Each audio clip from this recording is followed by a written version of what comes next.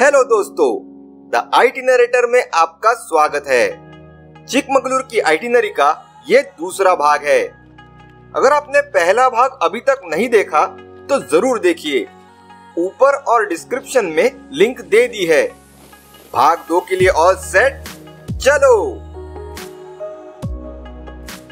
सुबह करीबन 9:30 बजे आज हम चलेंगे चिकमगलूर से कुछ 27 किलोमीटर दूर बेलूर, जहां प्रसिद्ध है चेन्नकेशवा टेम्पल। 1 घंटे में करीबन सुबह 10:30 बजे तक पहुंच जाएंगे। चेन्नकेशवा मंदिर 12वीं शताब्दी का हिंदू मंदिर है। ये मंदिर 1117 ईस्वी सन में राजा विष्णुवर्धन द्वारा यागाची नदी, जिसे ऐतिहासिक ग्रंथों में बद्री नदी भी कहा जाता है, उस पर स्थित था। बेलूर को प्राचीन समय में वेलपुरा भी कहा जाता था, जो एक समय में होयसाला साम्राज्य की राजधानी हुआ करती थी। चेन्नकेशवा मंदिर को होयसाला राजवंश की 3 पीढ़ियों में बनाया गया था और इसे निर्माण होने में 103 साल लगे। मंदिर के परिसर में विशाल कोर्ट है, जिसमें कई हिंदू मंदिर 4 दीवारी के अंदर है। इनमें चेन्नकेशवा मंदिर, जिसे केशव मंदिर भी कहा जाता है, मुख्य मंदिर है। परिसर के बिल्कुल बीच में स्थित ये चेन्नकेशवा मंदिर पूर्व की ओर मुख किए हुए गोपुरम के ठीक सामने है। चेन्नकेशवा मंदिर एक कूट विमान मंदिर है। मंदिर एक खुले और विस्तृत मंच पर खड़ा है, जिसके गर्भगृह के चारों ओर परिक्रमा पथ बनाया गया है। चेन्नकेशवा का अर्थ सुंदर केशव, जो कि भगवान विष्णु का एक सुंदर रूप है। चेन्नकेशवा मंदिर अपनी वास्तुकला, सुंदर मूर्तियां, विविध शिलालेख और अपने अनमोल इतिहास के लिए जाना जाता है। मंदिर की कलाकृति में 12वीं शताब्दी के दरमियान नर्तकियों और संगीतकारों के दृश्यों के साथ साथ हिंदू ग्रंथों जैसे रामायण, महाभारत और पुराणों के कई अंशों का बहुत ही सुंदर चित्रण किया गया है। इस सुंदर मंदिर को दुर्भाग्यवश विदेशी आक्रांताओं द्वारा बार बार क्षतिग्रस्त किया गया और युद्धों के दौरान लूटा भी गया, लेकिन उतनी ही तत्परता से इसे फिर बनाया गया और इसकी मरम्मत की गई। चेन्नकेशवा मंदिर के सौंदर्य को एकदम बारीकी से निहारने के बाद दोपहर करीबन 12 बजे अब हम पेट पूजा की व्यवस्था करते हैं। होटल श्री विनायक वेज बेलूर में एक छोटा शाकाहारी रेस्टोरेंट है, जहां स्वादिष्ट दक्षिण भारतीय भोजन मिलता है। भोजन के साथ ही इनकी सेवा भी काफी शीघ्र और कुशल होती है। बाहर से ये इतना आकर्षक नहीं लगता, लेकिन अंदर जाएं तो पता चलता है। यहाँ पर साउथ इंडियन चपाती मील्स, जोलडा रोटी और बिसीबेले भात प्रसिद्ध है। खाना खाने के बाद दोपहर करीबन 2 बजे अब हम आगे बढ़ेंगे हालेबीडु, जहां प्रसिद्ध है होयसालेश्वर मंदिर। हालेबीडु बेलूर से 18 किलोमीटर की दूरी पर है और यहां आप 45 मिनट के अंदर पहुंच जाएंगे। होयसालेश्वर मंदिर, जो हालेबीडु मंदिर के नाम से भी जाना जाता है, एक 12वीं शताब्दी का हिंदू मंदिर है, जो भगवान शिव को समर्पित है। होयसाला साम्राज्य की इस पूर्व राजधानी का यह सबसे बड़ा स्मारक है।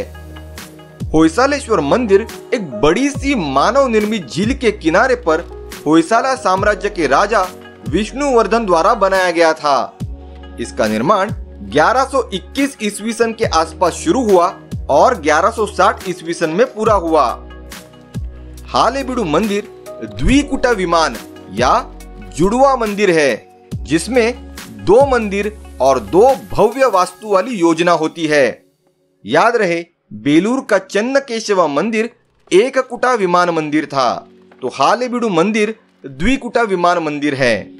एक मंदिर का नाम होयसालेश्वर था, जो होयसाला साम्राज्य के राजा के लिए बनाया गया था, तो दूसरे मंदिर का नाम शांतालेश्वर था, जो रानी शांताला के लिए बनाया गया था। दोनों मंदिर एक ही आकार के हैं और उनके गर्भगृह पूर्व की ओर मुख किए हुए हैं। दोनों मंदिरों में सुंदर शिवलिंग प्रस्थापित है। मुख्य मंदिरों के पूर्व की ओर दो छोटे मंदिर हैं, जिनमें प्रत्येक शिवलिंग की ओर मुख किए हुए भगवान शिव का वाहन नंदी विराजमान है। नंदी के पूर्व में जुड़ा हुआ एक छोटा सा सूर्य मंदिर है, जहां 7 फीट ऊंची भगवान सूर्य की प्रतिमा है। हालेबीडु मंदिर को विशिष्ट सामग्री सोपस्टोन से बनवाया गया है। यह सोपस्टोन शुरुआती दौर में नरम होता है, जब उसे सुंदर आकृतियों में ढाला जाता है। हवा के संपर्क में आने पर समय के साथ ये कठोर हो जाता है।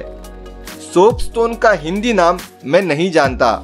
अगर आप में से किसी को पता हो तो कमेंट्स में लिखकर जरूर बताइए, मुझे भी कुछ नया सीखने को मिलेगा। इसी तकनीक का उपयोग करके मंदिर की बाहरी दीवारों पर सुंदर नक्काशी की गई है। दीवारों पर हाथी, शेर और प्रकृति के साथ नर्तक, घोड़े तो हिंदू ग्रंथ रामायण और महाभारत के कुछ विशिष्ट किस्सों के दृश्य भी नक्काशे गए हैं। अगर आप गौर से देखें तो इस बारीक कलाकृति में कोई भी दो शेर एक जैसे नहीं होते हैं। बहुत ही जबरदस्त डिटेलिंग का ये एक उत्तम उदाहरण है। मंदिर की बाहरी दीवार पर हिंदू महाकाव्यों का सचित्र वर्णन है और इसके मध्य भाग में बड़े बड़े फलक हैं, जहां हिंदू देवी देवताओं की संपूर्ण झांकी प्रस्तुत की गई है। 14वीं शताब्दी के शुरुआत में दिल्ली सल्तनत के आक्रांताओं द्वारा हालेबीडु पर हमला कर लूटा गया, तोड़ फोड़ किया गया और ये सुंदर कलात्मक मंदिर और होयसाला साम्राज्य की राजधानी हालेबीडु खंडहर और उपेक्षा की स्थिति में आ गए। आज होयसालेश्वर मंदिर की कलाकृति क्षतिग्रस्त है, लेकिन काफी हद तक बरकरार है। इस अद्भुत स्थान को केवल एक टूरिस्ट स्पॉट समझकर फटाफट देख निकल मत जाइए।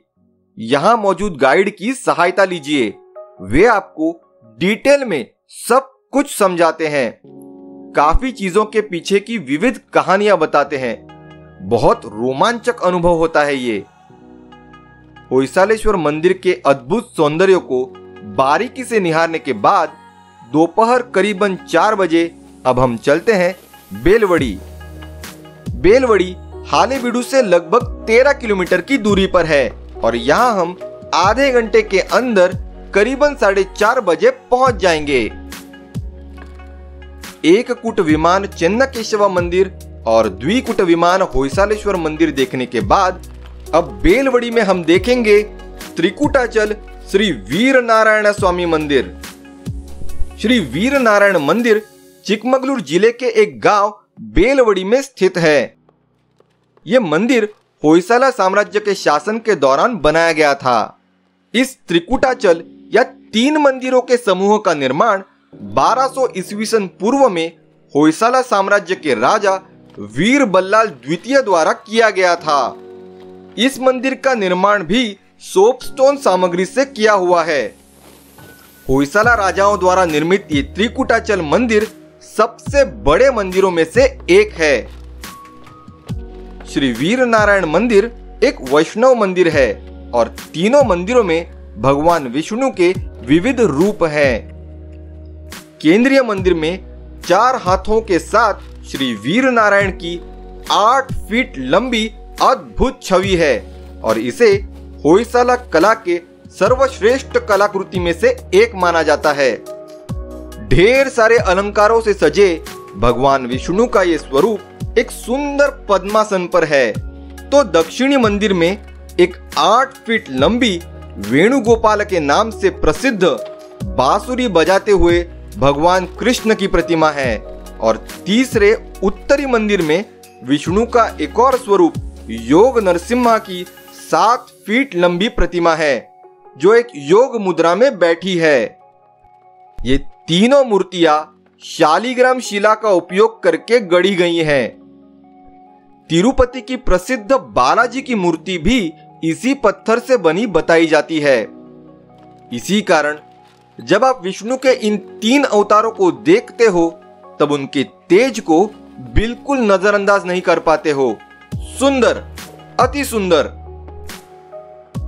मंदिर में 108 खंबे हैं और उनमें से कोई भी एक जैसा नहीं दिखता। खंबे विशिष्ट सामग्री से बनाए होने के कारण उनमें एक खास चमक की उपस्थिति है। वे इतने बारीक नक्काशे गए हैं कि आप उनमें अपना स्पष्ट प्रतिबिंब देख सकते हैं। कहते हैं हर साल 23 मार्च को सूर्य के प्रकाश की पहली किरणें सीधे मंदिर के अंतरतम भाग पर पड़ती है। यहां अधिकांश समय भीड़ नहीं होती है। गर्भगृह के ऊपर स्थित गोपुरम पुष्प रचना एवं विविध भगवान की मूर्तियों से सुशोभित है। अद्भुत वास्तुकला, स्वच्छ परिवेश और तो और बेलवड़ी गांव भी बहुत शांत है। मंदिर के बारे में तो मैंने आपको बहुत कुछ बता दिया, लेकिन क्या आपको पता है ये बेलवड़ी गांव एक खास कारण के लिए प्रसिद्ध है। महाभारत काल में एक चक्र नगर के नाम से जाना जाने वाला बेलवड़ी वही प्रसिद्ध गांव है जहां पांडव भीम ने राक्षस बकासुर का वध कर दिया था और गांव के लोगों की रक्षा की थी। है ना इंटरेस्टिंग। शाम करीबन 5:30 बजे अब हम वापस होटल की ओर बढ़ेंगे। 1 घंटे के अंदर करीबन शाम 6:30 बजे पहुंच जाएंगे। फ्रेश हो जाएं और जब भूख लगे तब आप यदि होटल में ही खाना खा सकते हैं या अगर आप एक और रेस्टोरेंट ट्राई करना चाहो तो विष्णु डेलिकेसी चल सकते हैं। विष्णु डेलिकेसी चिकमगलुर में सबसे अच्छे शाकाहारी रेस्टोरेंट में से एक है। यहाँ एसी और नॉन एसी दोनों सीटिंग अवेलेबल है। यह रेस्टोरेंट बहुत साफ सुथरा है और बिल्कुल मेन रोड पर स्थित है। इनका स्टाफ भी बहुत विनम्र है और समय पर भोजन परोसते हैं। रेट्स भी काफी रीजनेबल हैं। यहाँ थोड़ी भीड़ होती है जिस कारण आपको कुछ समय इंतजार करना पड़ सकता है। North Indian thali, neer dosa, set dosa, paneer butter masala, mushroom pepper fry Vishnu delicacy की खासियत है। खाना खाने के बाद हम होटल लौटेंगे और आराम करेंगे।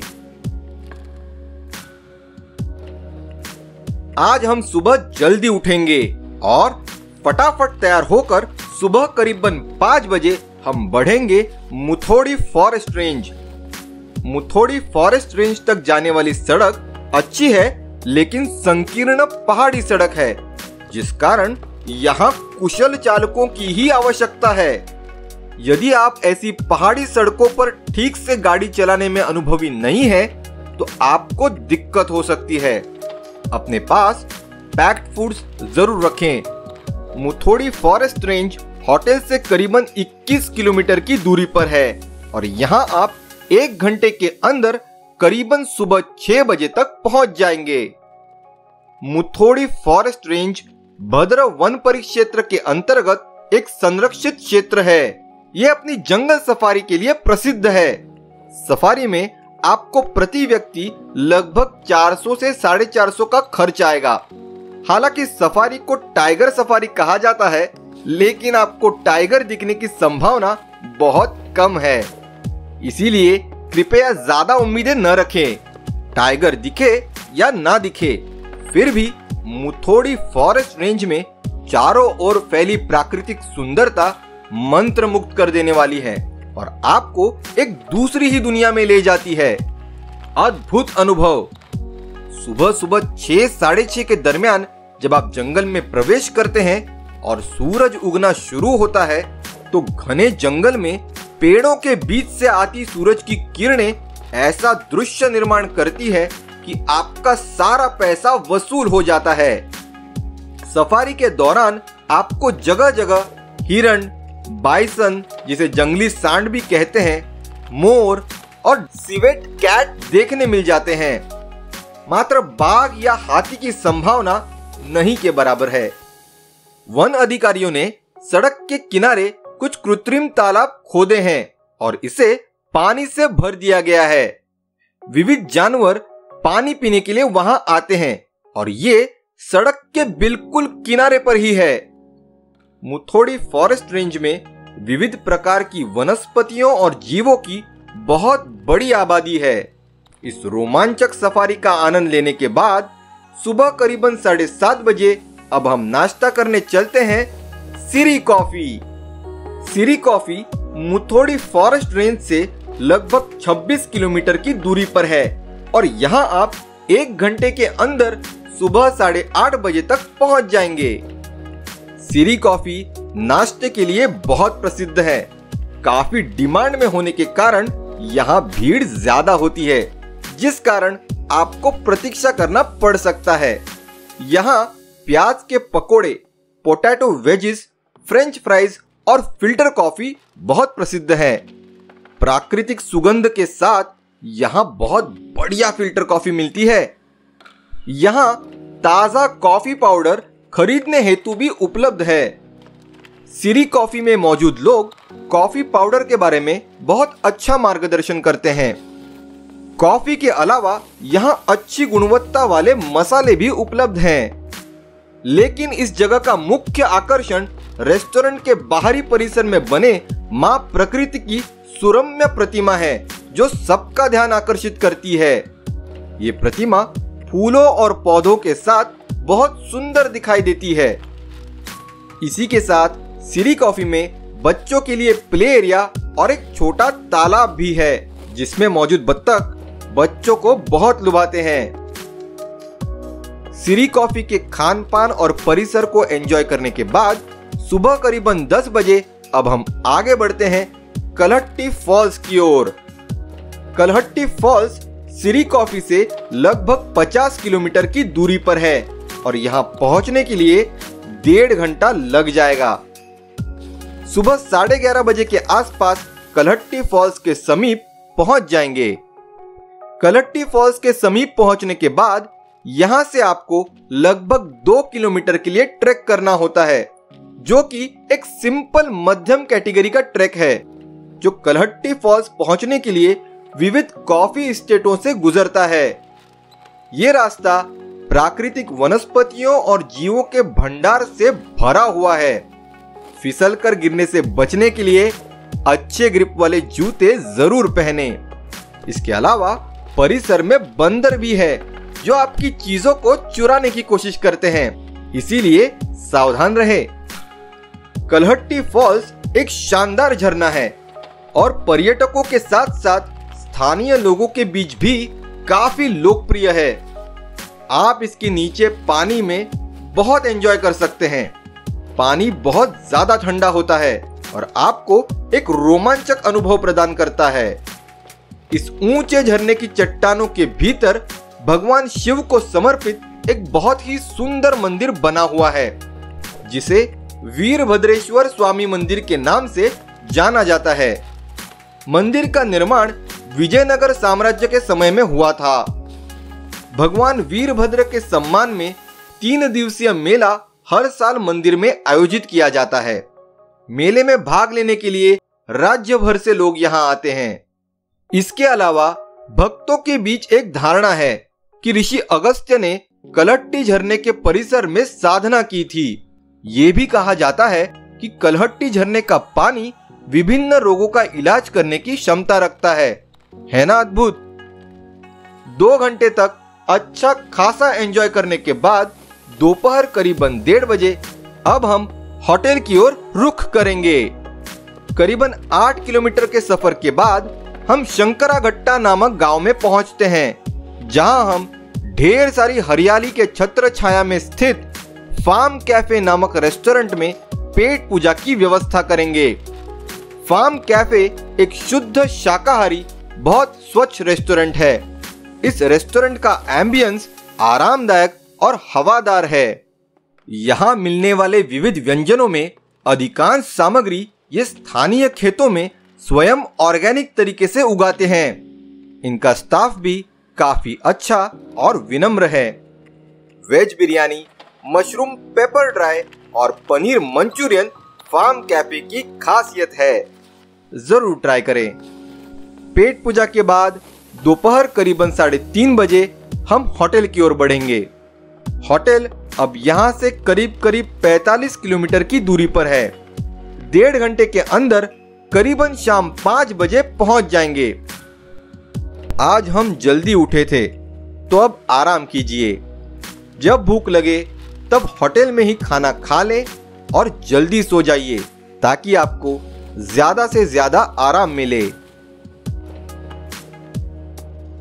आगे बढ़ने से पहले एक जरूरी काम, अगर आप चैनल पर नए हैं तो चैनल को सब्सक्राइब जरूर कीजिए और बेल आइकॉन भी क्लिक करें ताकि जब भी मैं नई नई आइटिनरी अपलोड करूंगा तो आपको तुरंत नोटिफिकेशन आ जाएगा। ठीक है, चलिए आइटिनरी को आगे बढ़ाते हैं। सुबह करीबन 8 बजे आज हम नाश्ता करने चलेंगे चिकमगलूर के प्रसिद्ध टाउन कैंटीन। टाउन कैंटीन लगभग 60 साल पुराना रेस्टोरेंट है। ब्रेकफास्ट के लिए ये चिकमगलूर का चहीता स्थान है। यहाँ मिलने वाला बटर मसाला डोसा, गुलाब जामुन और फिल्टर कॉफी बहुत पसंद किए जाते हैं। रेट्स भी काफी ज्यादा रिजनेबल है। बहुत ज्यादा डिमांड में होने के कारण यहाँ कभी कभार भीड़ हो जाती है और रुकना पड़ सकता है। धीरज रखिए, लेकिन टाउन कैंटीन का स्वाद जरूर चखिए। भरपेट नाश्ता कर टाउन कैंटीन की गर्मा गर्म फिल्टर कॉफी पीने के बाद करीबन सुबह 10 बजे चलिए दिन की पावन शुरुआत करते हैं राम जी के दर्शन के साथ।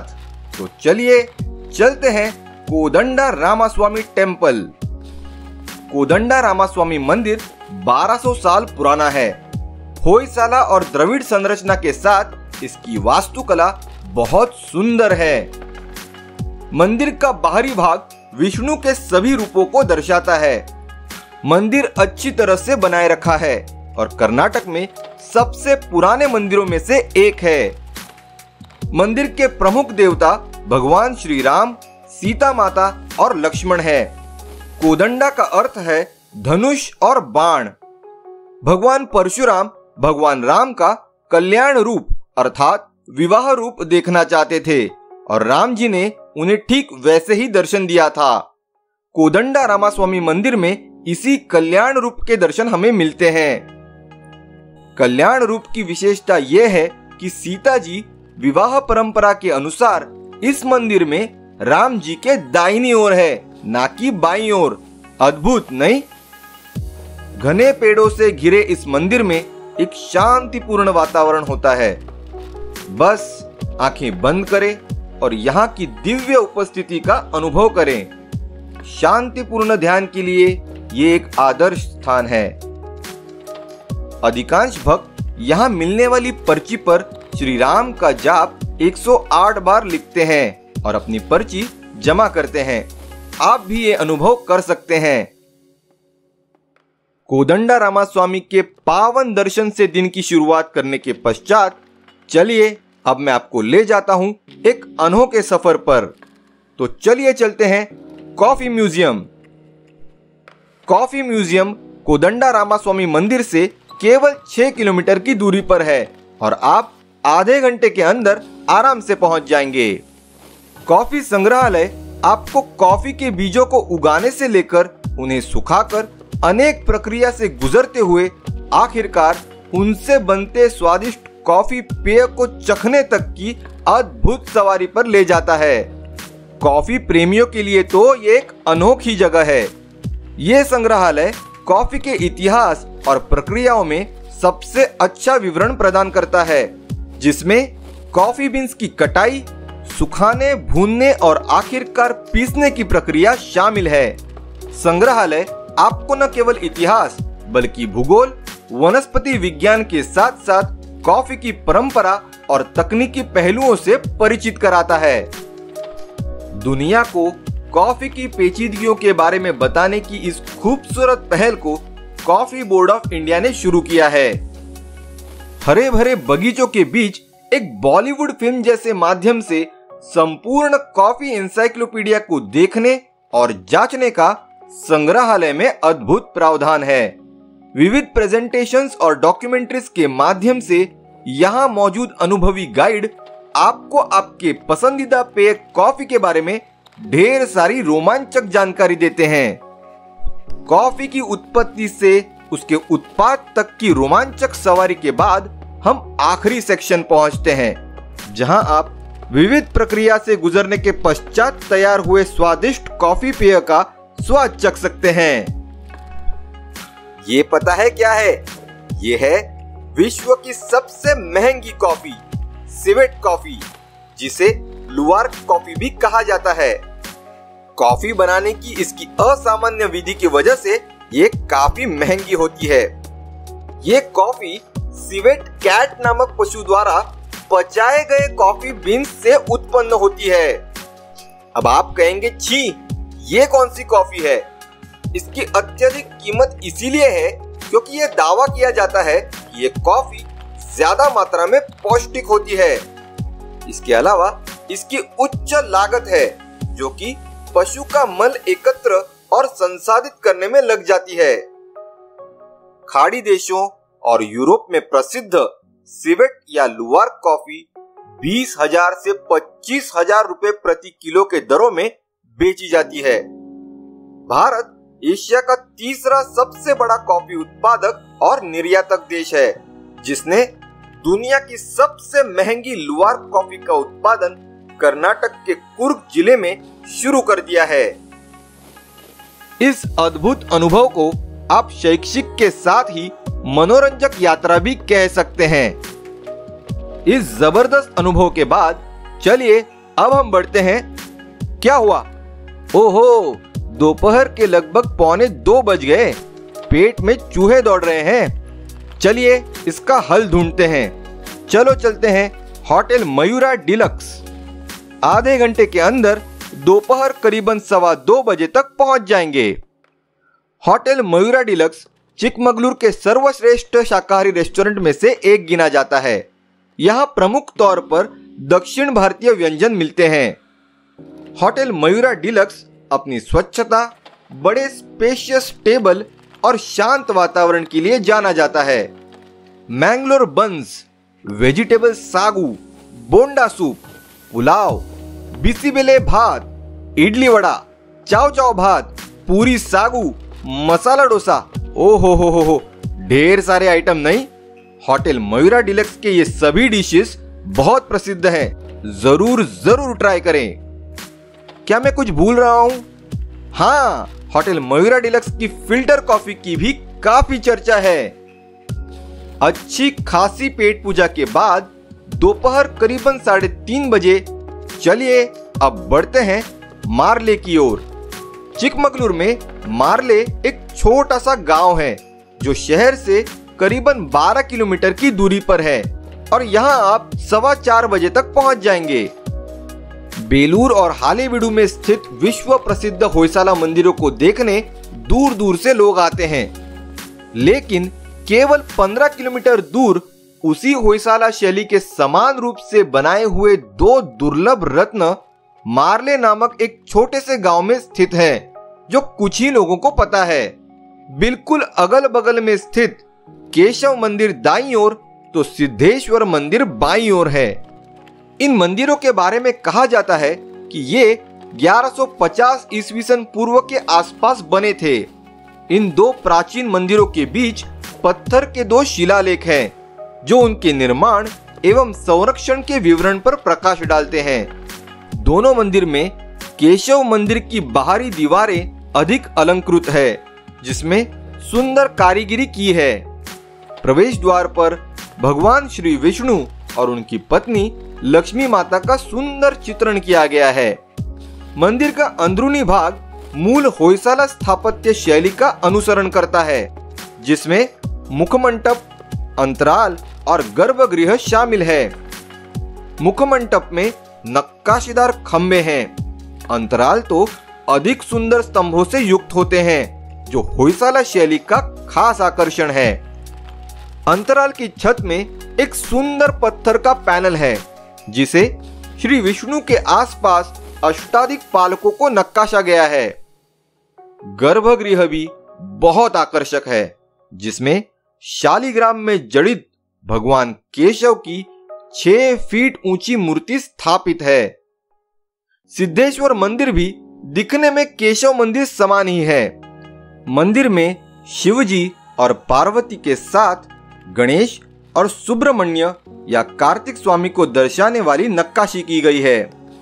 मंदिर की दीवारों पर सुब्रमण्य, गणेश और महिषासुर मर्दिनी जैसे कई देवताओं की मूर्तियां दिखाई देती हैं। सिद्धेश्वर मंदिर की एक दिलचस्प विशेषता यह है कि इसमें एक छोटे से लड़के का चित्रण है जो एक खंजर से लैस है। एक शिवलिंग की उपस्थिति में वो लड़का एक आदमी पर हमला करता दिखाई देता है। ये चित्रण जिज्ञासा को बढ़ाता है, लेकिन दुर्भाग्य से किसी भी जानकारी की अनुपस्थिति के कारण इस चित्रण के पीछे की कहानी बताना मुश्किल है। कई वर्षों से उपेक्षित रहे ये दो मंदिरों का आखिरकार भारतीय पुरातत्व विभाग ने नवीकरण कार्य शुरू किया है। शुक्र है कि विभाग ने मंदिरों को उनके पूर्व गौरव को बहाल करने में श्रमदान शुरू किया। थोड़ा धैर्य और समर्पण के साथ हम निश्चित रूप से समय और उपेक्षा की रेत में छिपे हुए ऐसे कई बहुमूल्य रत्नों को फिर से खोज सकते हैं। शाम करीबन 5:30 बजे अब हम होटल की ओर लौटेंगे। 45 मिनट के अंदर शाम करीबन 6-6:15 बजे तक हम होटल पहुंच जाएंगे। कल हम मुंबई लौटेंगे, तो बैग पैकिंग भी कर लीजिए, नहीं तो कल हड़बड़ी हो जाएगी। जब आपको भूख लगे तब होटल में ही खाना खा लीजिए और जल्दी सो जाएं, ताकि आपको ज्यादा से ज्यादा आराम मिले। होटल में नाश्ता कर सुबह करीबन 9:30 बजे हम होटल से चेकआउट करेंगे और चिकमगलुर की सुनहरी यादों को समेटते हुए मुंबई के लिए प्रस्थान करेंगे। जाते समय भी आप मुंबई वाया बेंगलोर जा सकते हैं या वाया मैंगलोर भी जा सकते हैं। अगर आप वाया बेंगलोर मुंबई जा रहे हो तो चिकमगलुर से करीबन 170 किलोमीटर का सफर तय करने के बाद दोपहर 1 बजे के आसपास हम कुनिगल नामक गांव पहुंच जाते हैं। भोजन हेतु कुनिगल में होटल परिमला बहुत प्रसिद्ध है। होटल परिमला बेंगलोर जाने वाले मार्ग पर सबसे अच्छा शाकाहारी रेस्टोरेंट में से एक है। ये एक छोटा सा रेस्टोरेंट है जो स्वादिष्ट भोजन के लिए जाना जाता है। इसकी सबसे बढ़िया बात यह है कि हाईवे के होटलों की तुलना में इनकी दरें काफी रिजनेबल है। एकदम पैसा वसूल रेस्टोरेंट। यहाँ सेल्फ सर्विस होती है और काफी डिमांड में होने के कारण यहाँ हमेशा थोड़ी बहुत भीड़ देखी जाती है। होटल परिमला में इडली वड़ा सांबर, बेन्ने खाली डोसे और फिल्टर कॉफी बहुत प्रसिद्ध हैं। जरूर ट्राई करें। स्वादिष्ट भोजन का एकदम तबीयत से आनंद लेने के बाद हम फिर बढ़ते हैं बेंगलोर की ओर। शाम 5:30 बजे तक पहुंच जाएंगे। अगर आप वाया मैंगलोर मुंबई जा रहे हो तो दोपहर 2 बजे के आसपास हम मैंगलोर पहुंच जाएंगे। एक प्रसिद्ध शहर होने के कारण मैंगलोर में ढेर सारे रेस्टोरेंट उपलब्ध हैं। मैंने 2 रेस्टोरेंट शॉर्टलिस्ट किए हैं। पहला है मछली। जैसे इस नाम से ही पता चलता है, अगर आप सी फूड के फैन हैं तो मछली ये रेस्टोरेंट आपके लिए किसी स्वर्ग से कम नहीं। यहाँ आपको कुछ समय प्रतीक्षा करने की आवश्यकता पड़ती है क्योंकि आमतौर पर यहाँ थोड़ी बहुत भीड़ होती है। मछली रेस्टोरेंट के कर्मचारी काफी विनम्र हैं और अच्छे विकल्प सुझाने में आपकी मदद भी करते हैं। रीजनेबल दरों के साथ ये एक वैल्यू फॉर मनी रेस्टोरेंट है। मछली रेस्टोरेंट घी रोस्ट व्यंजनों के लिए कुछ खास प्रसिद्ध है। चिकन घी रोस्ट, केकड़ा घी रोस्ट, स्क्विड या अंजल घी रोस्ट और प्रॉन घी रोस्ट एक नंबर मिलते हैं। घी रोस्ट व्यंजनों के अलावा मछली रेस्टोरेंट में फिश थाली, फिश तवा फ्राई और फिश करी मिल्स बहुत प्रसिद्ध हैं। शाकाहारी भोजन पसंद करने वाले मायूस न हो, आप जा सकते हो सागर रत्न। सागर रत्न रेस्टोरेंट उत्कृष्ट शाकाहारी भोजन के लिए संपूर्ण मैंगलोर में प्रसिद्ध है। स्वादिष्ट भोजन के साथ ही ये काफी अच्छी सेवा प्रदान करते हैं। इनकी दरें भी काफी रीजनेबल है। काफी डिमांड में होने के कारण दोपहर के भोजन के समय यहाँ थोड़ी बहुत भीड़ हो सकती है। सागर रत्न रेस्टोरेंट में पनीर घी रोस्ट, साउथ इंडियन थाली और नॉर्थ इंडियन थाली बहुत प्रसिद्ध है। बैंगलोर या मैंगलोर से मुंबई जाने के लिए आप बस, ट्रेन अथवा फ्लाइट जो भी पर्याय चुनेंगे वो शाम 7:30-8 बजे के बाद की ही बुकिंग कराइए, ताकि आपको अच्छा खासा बफर टाइम मिले, नहीं तो भाग दौड़ हो सकती है। 2 हिस्सों वाली चिकमगलूर आइटिनरी आपको कैसी लगी मुझे कमेंट्स कर जरूर बताइए। आप जब भी चिकमगलूर जाएं इस आइटिनरी का जरूर लाभ लें, आपका मजा दुगना हो जाएगा। तो चलिए दोस्तों, द आइटिनरेटर अब आपकी अनुमति लेता है। आपके लिए इसी तरह के एक से बढ़कर एक डिटेल्ड आइटिनरी लाता रहूंगा। तब तक मस्त रहे और घूमते रहिए। मिलते हैं अगली आइटिनरी में। Bye bye.